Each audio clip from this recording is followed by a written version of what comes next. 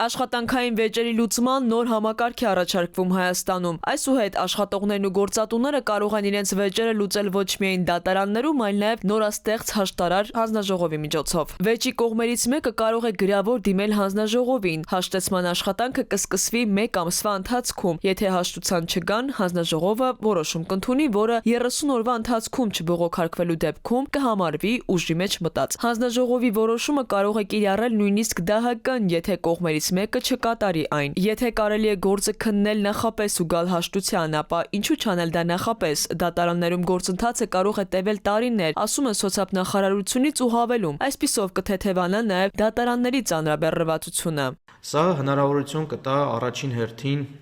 ավելի արագ հանգուցալուծել աշխատանքային վեճերը գործատու եւ աշխատողի միջև։ Ամենակարևորը պետք է շեշտադրեմ անվճար,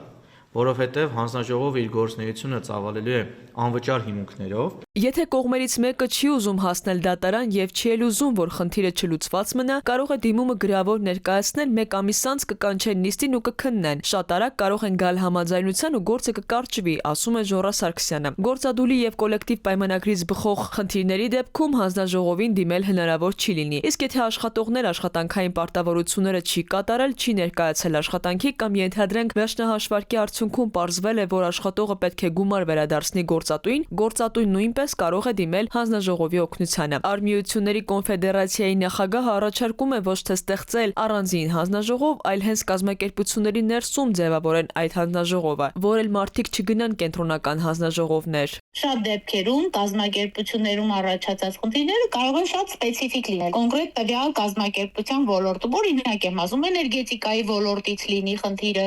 լինի, չգիտեմ, շինարարության ոլորտից, տարբեր կարող են լինել։ Եվ փաստորեն ստացվում է, որ յուրաքանչյուր անգամ իրենք նոր մասնագետներ պիտի ներգրավեն այդ բոլորի համար, այդ մարդիկ ունիվերսալ չեն, չէ՞։ Նախագիծը կառավարության հավանությանը արժանանալու դեպքում կներկայացնեն խորհրդարանականների դատին։